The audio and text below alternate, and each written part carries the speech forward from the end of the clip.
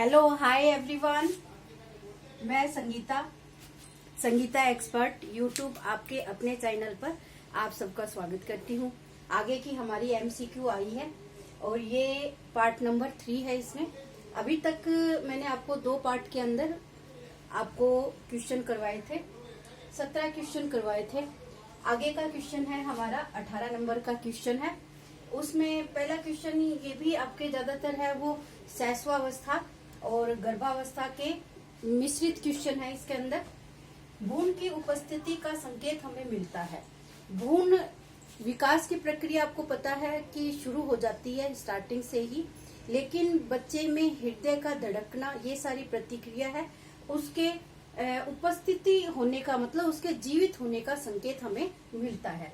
तो वो मिलता है हमें बच्चे के चौथे माह में। लिंग निर्धारण गर्भावस्था के किस माह में होता है? लिंग निर्धारण का मतलब लड़का है या लड़की है। ये सारी प्रक्रिया भी हमें किसमें मिलती है? चौथे माह के अंतर्गत मिलती है। गर्भकालीन विकास का निर्धारण करने वाले कारक कौन कौन से होते हैं? तो गर्भवती माता है, उसका आहार, माता पिता की अभिवृत्ति कैसी है, कैसा माता पिता का व्यवहार है, किस तरीके का है, वो सारी अभिवृत्ति आ जाती है। मादक पदार्थ व शराब आदि का सेवन, यानी मादक पदार्थ में ये आपके शराब, चरस, गांजा, बीड़ी, अफीम ये सारे आ जाते हैं। अगर ये गर्भावस्था में गर्भवती माता अपने आहार में लेती है तो बच्चे के ऊपर भी वही उन चीजों का असर मिलता है। अगर पूरी गर्भावस्था के अंतर्गत माता तनाव में रहती है, इस तरीके की प्रवृत्ति में रहती है, तो उसके विकास के ऊपर भी बच्चे का वही असर होता है। जैसा आपका एक टॉपिक दे रखा है कि तनाव को दूर करने में संगीत, योग, प्राणायाम है, इन सब की भूमिका क्या है? तो वो ये बच्चे के गर्भावस्था से ही शुरू हो जाती है। अगर गर्भावस्था में माता पूरी अपने 9 माह के अंतर्गत तनाव की स्थिति में रहती है तो उस स्थिति का प्रभाव है बच्चे के जन्म के बाद बच्चे की अभिवृत्तियों से हमें जाहिर होता है। तो इस गर्भावस्था का असर भी 9 माह में बच्चे के विकास के लिए माता को हमेशा खुश रहना चाहिए। अच्छे अच्छे ग्रंथ है, रामायण, महाभारत का कम करते हैं, रामायण का उपयोग है। अच्छी बुक्स, कहानी, स्टोरी और जो धार्मिक किताबें होती है उन सबको पढ़ने में अपना समय है ज्यादा से ज्यादा व्यतीत करने का प्रयास करना चाहिए। तो इन सारी प्रवृत्तियों का प्रभाव है माता के गर्भकालीन विकास के अंतर्गत बच्चे के ऊपर देखा जाता है। किससे भ्रूण के हृदय की धड़कन को सुना जा सकता है? कौन सा यंत्र होता है वो? तो ये यंत्र होता है हमारा स्टेथोस्कोप। इसके माध्यम से बच्चे की धड़कन है उसको गर्भकाल के अंतर्गत सुना जा सकता है। आंतों की पेशियां शिथिलता किस हार्मोन से होती है? आंतों में मतलब गर्भवती माता है, उसकी आंत है, उनकी पेशियों में शिथिलता का मतलब धीरा होना किस हार्मोन की वजह से होता है? तो ये होता है प्रोजेस्टेरोन के हार्मोन की वजह से होता है। पैरों की पेशियों में शिथिलता किसकी वजह से आती है? पैरों की पेशियों में शिथिलता और उसके साथ साथ उसके अंदर सूजन भी पैरों के अंदर बढ़ जाती है। जो लास्ट के 7th 8th मंथ होते हैं महिला को, तो उसके अंदर पैरों की पेशियों में शिथिलता आ जाती है और उसमें सूजन आ जाती है। तो वो किस वजह से आती है? इसमें सूजन और ऐड कर लो। सूजन आपने देखा होगा गर्भवती माता के हाथ पैरों में, सबसे ज्यादा पैरों में आती है। तो ये सब रक्तचाप के बढ़ने के कारण होता है। गर्भावधि की गणना है किससे की जाती है? गर्भावस्था में हम कहते हैं ना माता को 9वां महीना लग गया, 7वां लग गया, 8वां लग गया, तो वो किस आधार पे उसकी गणना की जाती है?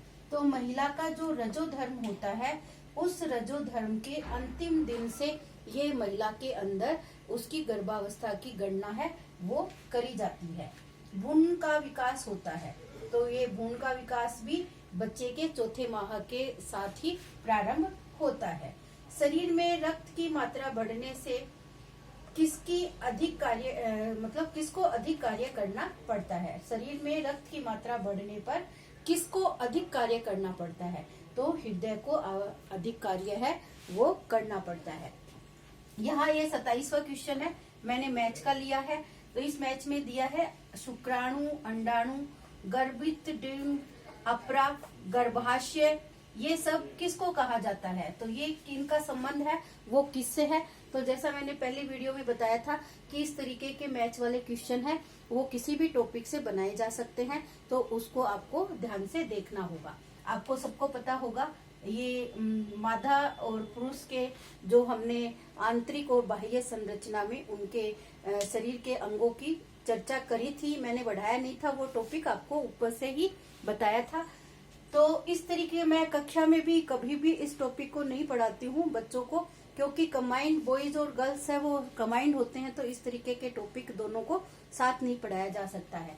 तो शुक्राणु होते हैं ये किस में मिलते हैं? नर के अंदर देखे जाते हैं। अंडाणुओं का जो निर्माण होता है वो मादा में होता है। गर्भित डिंब आप किसको कहोगे? अपरा है, ये आप पहले उनको मैच करो जो आपको सबसे ज्यादा दिखाई देता है। अपरा है पोषण नाल को कहा जाता है। गर्भाशय होता है शुक्राणु है अंडाणु का मिलना। गर्भित डिंब शुक्राणु है वो नर से मिल गया, अंडाणु है वो मादा से मिल गया, और अपरा है वो आपकी पोषण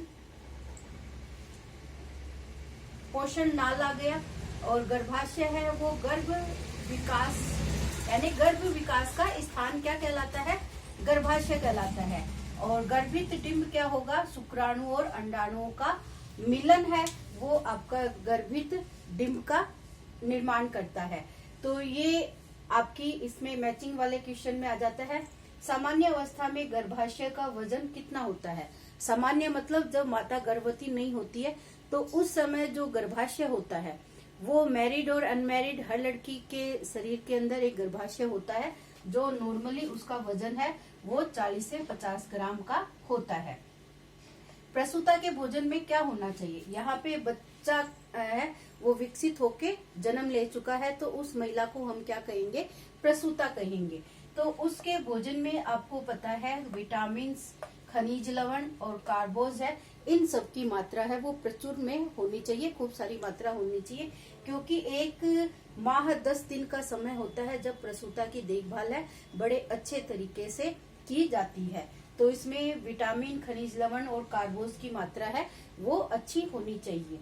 नवजात शिशु के लिए अमृत तुल्य दूध क्या होता है? तो अमृत तुल्य दूध माता का दूध होता है, और इस दूध में कोलेस्ट्रॉल है वो अधिक मात्रा में देखा गया है। जो पीले रंग का दूध है वो स्त्राव करती है प्रथम 2-3 दिन तक, उसके बाद दूध का स्वरूप है वो सफेद रंग में परिवर्तित होता है। तो वो उस दूध के अंदर कोलेस्ट्रॉल है वो सबसे ज्यादा होता है, और उसी दूध के बच्चे के लिए एक रोगाणु रहित दूध कहा जा सकता है। रोगों से लड़ने की क्षमता है बच्चे के अंदर, रोग प्रतिरोधकता क्षमता है वो बच्चे के अंदर विकसित इसी दूध के माध्यम से होती है।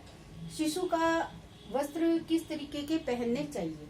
तो मौसम के अनुकूल पहनने चाहिए, ढीले होने चाहिए, और साथ में एकदम सूती मलमल कपड़े के होने चाहिए।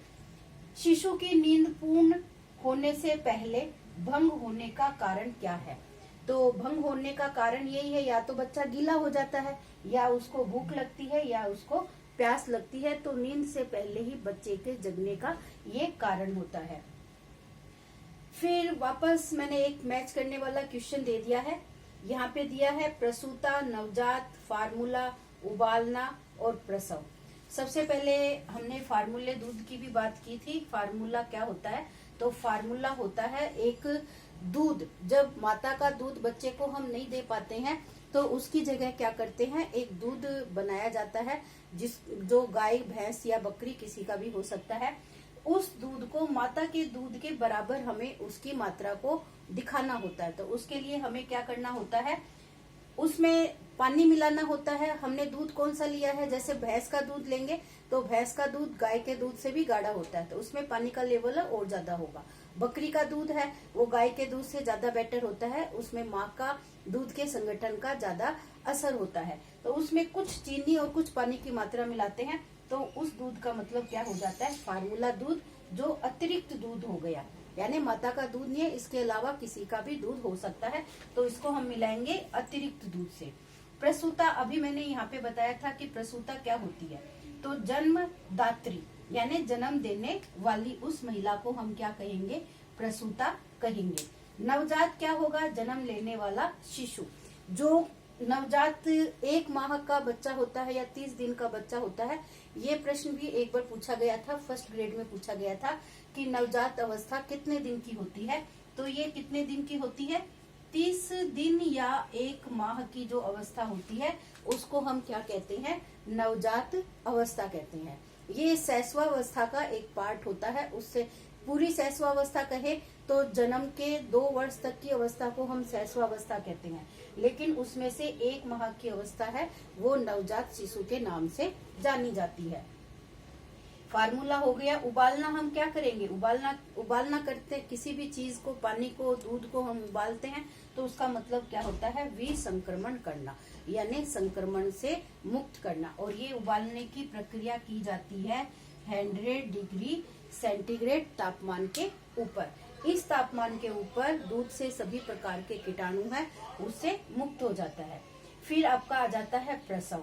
प्रसव का मतलब होता है जन्म देने की क्रिया, उसी क्रिया को हम क्या कहते हैं, प्रसव कहते हैं। तो ये आज की MCQ के अंदर आप लोगों के लिए क्वेश्चन है, इन क्वेश्चनों को देखना और इससे संबंधित आपको और भी कोई टॉपिक के क्वेश्चन मिले तो उसको आप देख के और उसको तैयार करना। तो all the best everyone, thank you.